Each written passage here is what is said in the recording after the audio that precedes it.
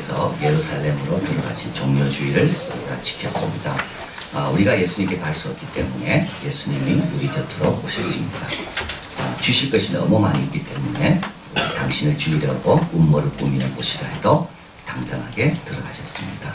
이제 우리가 할 일은 그분이 오라는 곳으로 가는 것입니다. 보장으로 돌아가는 것, 기도의 자리로 돌아가는 것. 하나님께서 배나 갚아주신다고 약속하셨고 아름다움과 형통을 경험할 것이라고 말씀하셨습니다. 오늘 본문도 말씀합니다. 1절입니다. 봄비 때 여호와 곧 번개를 내는 여호와께 비를 구하라. 얼마나 흥분되고 귀한 초청인지 모릅니다. 왜요? 하나님께 직접 구할 수 있으니까요. 이것보다 영광스러운 일은 없습니다. 하나님께 직접 구할 수 있다는 것. 기도를 가리켜 가장 고상한 인간의 행동이라고 그랬습니다. 왜요? 천지를 주관하신 하나님 앞에 구하는 거니까. 우리가 할 수 있는 최고의 고상한 일은 뭡니까? 기도입니다. 기도는 하나님께 하는 거거든요. 우리가 뭔데 감히 하나님과 대화할 수 있습니까? 근데 하나님께 구하라 되어 있습니다. 하나님과 못한 수많은 피조물 가운데도 훌륭한 거 많이 있습니다. 그러나 하나님은 우리에게 직접 하나님께 구하도록 허락하셨습니다. 지혜도 구할 수 있고요. 일용할 양식도 구할 수가 있고요. 힘도 구할 수가 있고요. 아픈 사람을 만나면 병 고치는 것도 구할 수가 있고요.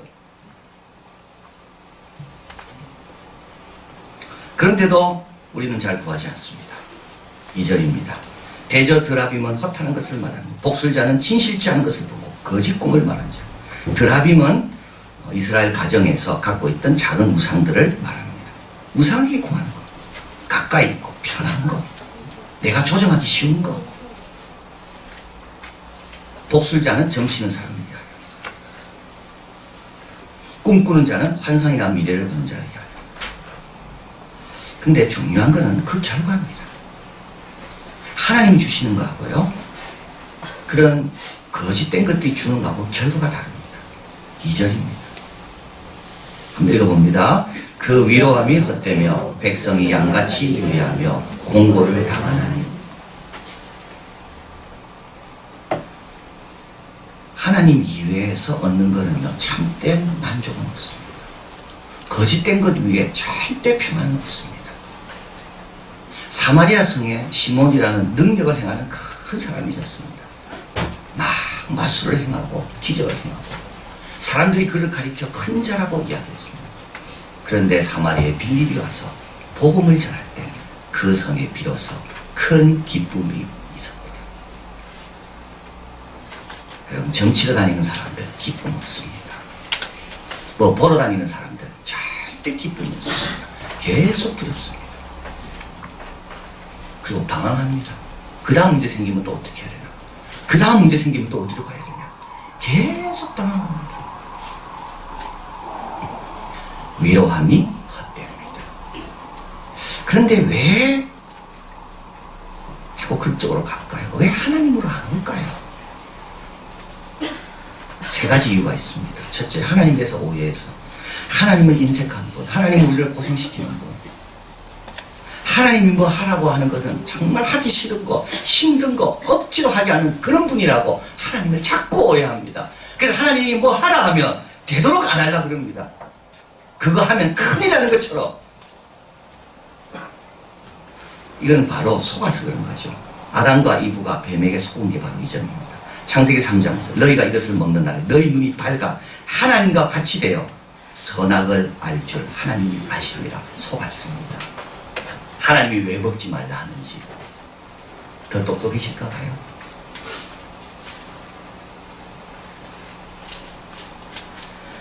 우리 하나님은 오늘 말뚝이 그에게서, 모퉁이 돌이 그에게서, 주관자가 그에게서, 바로 예수님입니다. 우리에게 주실 때 최고로 좋은 걸 주시는 분입니다. 우리 하나님은 절대 인색한 분이 아닙니다. 오늘 봄비일 때 구하라 되어 있죠. 이 봄비는 언제냐면 이스라엘 백성들이 농사를 지을 때 제일 중요한 비가 봄비입니다. 왜냐하면 이 비가 내리고 나면 그 다음부터는 가을까지는 비가 안 옵니다. 이 비가 안 오면 그해 농사는 다 망치는 겁니다. 근데 동빛 때 여호와께 구하라. 그래야면 각 사람에게 채소까지도 주신다.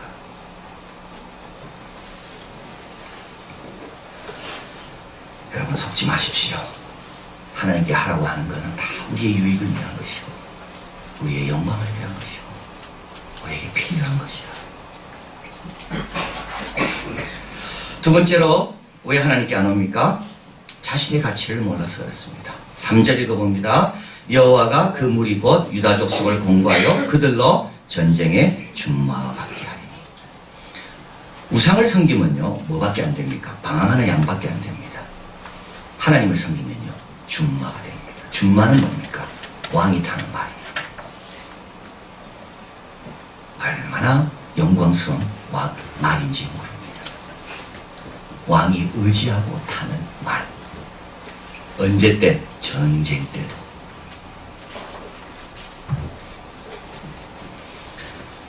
로마서 8장 30절 31절 같이 한번 스크린에 읽어봅니다. 하나님이 미리 하신 자들로 또한 그 아들의 형상을 본받게 하기 위하여 미리 정하셨으니 이는 그로 많은 형제 중에서 맏아들이 되게 하려 하심이니라.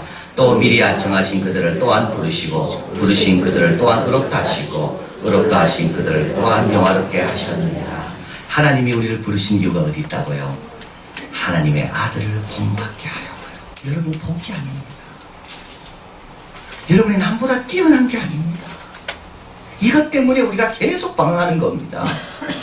우리의 최고의 가치는 우리가 예수님처럼 되는 게 최고의 가치입니다. 우리 하나님께서 우리를 의롭다 하시고 부르신 이유는 예수님 말하는처럼 둘째, 셋째, 넷째가 다 예수님 닮은 형제가 되게 하려고 우리를 부르신 겁니다. 근데 우리 예수 믿는 사람이 이걸 자꾸 잊어버립니다. 하나님의 준마로 특별 훈련을 받아야 되는데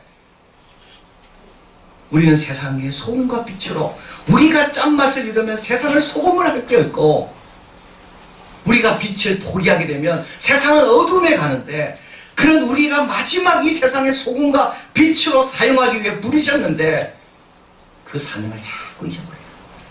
그래서 오늘도 뭘 먹을까? 뭘 입을까?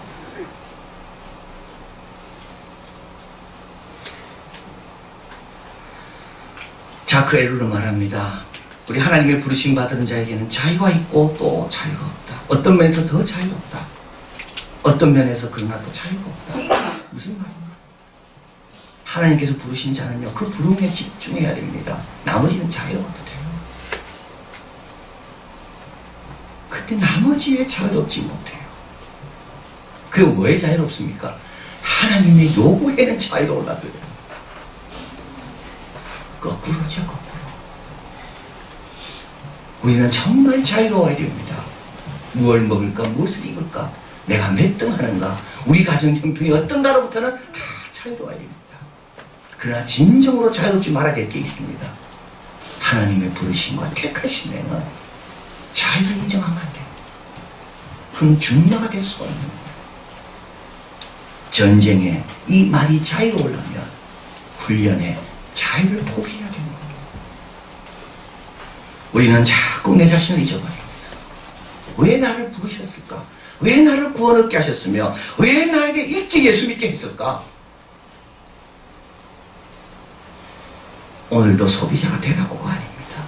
생산자가 되는 거예요. 유리하는 양처럼 계속 방황하고 여기 기웃 저기 기웃 그렇게 하라고 부르신 게 아니에요. 중심을 딱 잡고 나는 소금이요 빛이다. 내가 등경에 올라가야지. 내가 숨으면 세상은 어두워진다. 이걸 잊어버리면 안 돼요. 이걸 자꾸 잊어버리니까 아무렇게나 사는 거예요. 마지막으로 후손에 대한 책임감이 없어서 그렇습니다. 7절 그 자손을 보고 기뻐하며 여호와를 인하여 마음이 즐거워하리로다. 성경에 나와 있는 모든 일문들 한번 보십시오. 다 누군가 다 좋은 부모 만났습니다. 성경에서 하나님께서 택한 사람들을 가만히 보면요 그냥 갑자기 택함 받은 게 아니더라고요. 바벨론에서 예루살렘까지 공부하셨죠? 책 읽었잖아요. 에스라, 아론의 몇 대 손입니까? 16대 손입니다. 바벨론 포로로 끌려갔지만 그의 부모, 그의 할아버지, 증할아버지 16대까지는 그 경건의 씨를 지켜온 겁니다. 에스라를 소개할 때 이렇게 소개합니다. 7장 1절. 일루 바사왕 아닥사스다가 위에 있을 때 에스라라 하는 자가 있으니 저는 스라야의 아들이요 아사라의 손자요 힐기야의 증손이요. 만약에 누군가 한 분이 바벨론에서 출세하고 빨리 성공하기 위해서 바벨론 여자와 결혼했다면 후손은 기뻐할 수가 없습니다. 후손이 기뻐하려면요 당대에 잘해야 돼요. 내가 지금 마음대로 결정할 일이 아니라고요. 왜냐하면 내 아들, 내 자녀, 그의 자녀, 자녀가 어떻게 될 건지.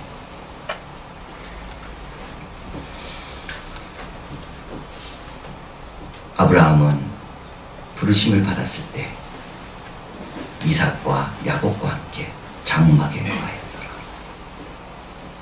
그래서 하나님은 아브라함의 하나님뿐만 아니라 이삭의 하나님, 야곱의 하나님. 여러분 너무 짧게 보지 마십시오. 나는 장막에 거하도 내 아이가 나중에 기뻐하게 될 것이다. 영혼의 화가입니다. 태양의 화가. 서양 미술 사상 가운데 가장 위대한 화가 중 한 명입니다. 1853년에 태어나 37살로 죽습니다. 그러나 879점의 작품을 남깁니다. 그가 남긴 작품 한번 봅니다. 아르레 반 고방. 그 다음에요 사이프러스 나무가 있는 곡물밭. 너무 멋있죠. 이 반 고흐의 특징은 돈 많은 감식가의 마음만이 아니라 모든 평범한 사람들의 마음에 기쁨과 위안을 주려고 소박한 예술을 갈망한 자입니다. 반 고흐의 특징은 어떤 화가도 그릴 만한 가치가 있다고 여기지 않던 보잘것없고 소박한 사물. 그래서 자기 방이에요. 자기 방. 화려한 방도 아니에요. 동생 태우가 돈을 보내줍니다. 이때 반 고흐는요 그 돈을 갖고 모처럼 밥을 먹게 됩니다. 그게 소화가 안 돼요. 왜냐하면 너무 많이 풀먹기 때문에. 그렇게 살던 방을 그린 겁니다. 그래서 반 고흐는 특징이 있습니다. 이전만 해도 모든 그림의 소재들은 다 화려하고 좋은 것들이었는데 반 고흐는 아주 일상적이고 평범한 것을 평범한 사람들이 느낄 수 있도록 그림을 그린 사람이 반 고흐입니다. 동생에게 말합니다. 태호야, 동생이 하도 돈을 계속 보내줘도 고흐가 그림이 안 팔리고 하니까 지금 동생 하는 말입니다. 날 믿어라. 하루 종일 지칠 정도로 꾸준히 그림을 그리고 있다. 분명 언젠가 내 그림이 팔릴 것이다. 나를 믿어라. 그러나 나는 화상이나 화가를 쫓아다니지 않기로 결심했다. 내가 쫓아다녀야 할 사람은 모델이다. 그림을 그리는 것은 아주 힘든 작업이다. 정신적인 노력은 말할 것도 없고 엄청난 육체적인 노력이 필요한 일이다. 그것도 매일같이. 내 작품을 통해 보잘것없는 사람들의 마음속에 무엇이 들어있는지 나는 보여주고자 한다. 이것이 나의 야망이다. 이 야망은 사랑에서 나왔다. 진정한 화가는 양심의 인도를 받는다. 영혼과 지성이 붓을 위해 존재하는 것이 아니라 붓이 영혼과 지성을 위해 존재한다. 마지막 적어놨습니다. 진정한 화가는 캔버스를 두려워하지 않는다. 오히려 캔버스가 그를 두려워한다. 진정한 신앙인은 고난을 두려워하지 않습니다. 고난이 그를 두려워합니다. 진정한 신앙인은 조롱을 두려워하지 않습니다. 조롱이 그를 두려워합니다. 진정한 신앙인은 기다림을 두려워하지 않습니다. 기다림이 그를 두려워합니다. 진정한 신앙인은 자기의 영광이 무시당하는 걸 두려워하지 않습니다. 하나님의 영광이 이 땅에 떨어지는 게 더 두려운 겁니다.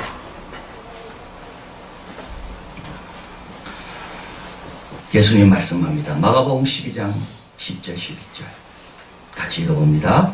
너희가 성경에서 건축자들이 버린 돌이 모퉁이의 머릿돌이 되었나니 이것은 주로 말미암아 된 것이요 우리 눈에 기여가 한번 읽어보지도 못하였느냐. 진정한 신앙이는 누가 나를 버리는 것을 두려워하지 않습니다. 우리 하나님은 그것 갖고도 모퉁이 돌이 되게 하시니까요. 우리 눈에 기이한 겁니다. 그러나 하나님이 행하시는 겁니다. 이게 바로 예수님 아닙니까? 여러분, 진짜 두려워야 될 것은 내 자녀들의 믿음입니다. 진짜 두려워할 것은 3대 4대까지 우리 가정의 믿음이 이어질 건가 안 이어질 건가. 그게 진정한 두려움입니다. 진정한 두려움이란 내가 하나님의 아들의 형상을 본받아야 되는데 점점 멀어지고 있는 건 아닌가.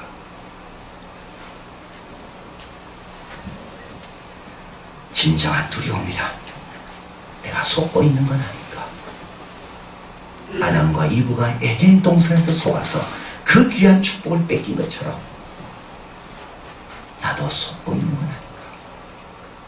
모퉁이 돌이 그에게서, 건축자에게서 나오는 게 아닙니다. 건축자는 버리지만 모퉁이 돌로 하나님께서 주셔서 다시 사용하십니다. 화가는 캔버스를 두려워하지 않습니다. 십자가 잘 지시고 주님을 잘 따르는 우리 모두가 되기를 바랍니다.